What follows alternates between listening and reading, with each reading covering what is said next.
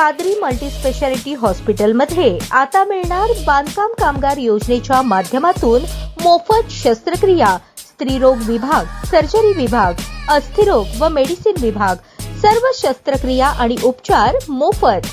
पत्ता plot number 10 Majrewadi, नई जिंदगी रोड, अथर्व मंगल कार्यालयाजवळ, सोलापूर। राज्याचे परिवहन मंत्री तथा एसटी महामंडळाचे अध्यक्ष प्रताप सरनाईक यांनी सोलापूर मध्यवर्ती बस स्थानकाला पुन्हा एकदा भेट दिली। या भेटीदरम्यान शौचालय, पाणपोई यांसारख्या सर्वसामान्य प्रवासी आणि नागरिकांना पुरवण्यात येणाऱ्या मूलभूत सुविधांकडे अक्षम्य दुर्लक्ष केल्याप्रकरणी सोलापूर आगाराचे आगार व्यवस्थापक उत्तम जुंदळे यांना निलंबित करण्याचे आदेश परिवहन मंत्री प्रताप सरनाईक यांनी दिले। दुपारी मध्यवर्ती बस स्थानकावरील शौचालयांची पाहणी केली असता तेथील अस्वच्छता आणि दुर्गंधीयुक्त परिसर पाहून संबंधित अधिकाऱ्यांना चांगलेच धारेवर धरले। शौचालयामध्ये व्यवस्थापन बघणाऱ्या खासगी संस्थेकडून शौचालयाची डागडुजी करण्यात आली नव्हती। अनेक ठिकाणी फरशा उखडल्या होत्या, स्वच्छता देखील ठेवण्यात आली नव्हती। जवळच असलेल्या पाणपोई परिसरात देखील अत्यंत अस्वच्छता होती। पाणपोईच्या 5 नळांपैकी केवळ एकच नळ सुरू होता। या बाबतीत उपस्थित आगार व्यवस्थापक आणि वाहतूक नियंत्रक यांना समाधानकारक उत्तरे देता आली नाहीत। त्यामुळे संबंधित आगार व्यवस्थापक यांच्यावर जबाबदारी निश्चित करून त्यांना निलंबित करण्याचे आदेश मंत्री सरनाईक यांनी एसटी महामंडळाचे उपाध्यक्ष आणि व्यवस्थापकीय संचालक यांना तात्काळ दिले। विशेष म्हणजे मागील आठवड्यात उपरोक्त त्रुटी दूर करून प्रवाशांना चांगल्या सुविधा निर्माण करून देण्याचे निर्देश आकस्मिक पाहणी दौऱ्यात मंत्री सरनाईक यांनी संबंधितांना दिले होते। याबाबत पुढील दौऱ्याच्या वेळेस पुनश्च तपासणी करण्यात येणार असून त्यानंतर देखील प्रवासी सुविधेमध्ये हलगर्जीपणा आढळून आल्यास संबंधित अधिकाऱ्यांवर निलंबनाची कारवाई करण्यात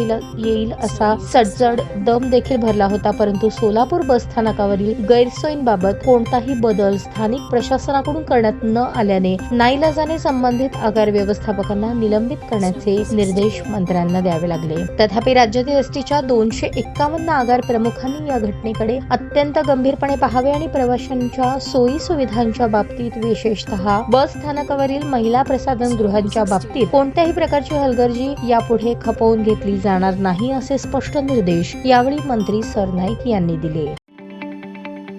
ताज्या बातम्या पाहण्यासाठी प्राईम महाराष्ट्र न्यूज चॅनलला सबस्क्राईब करा।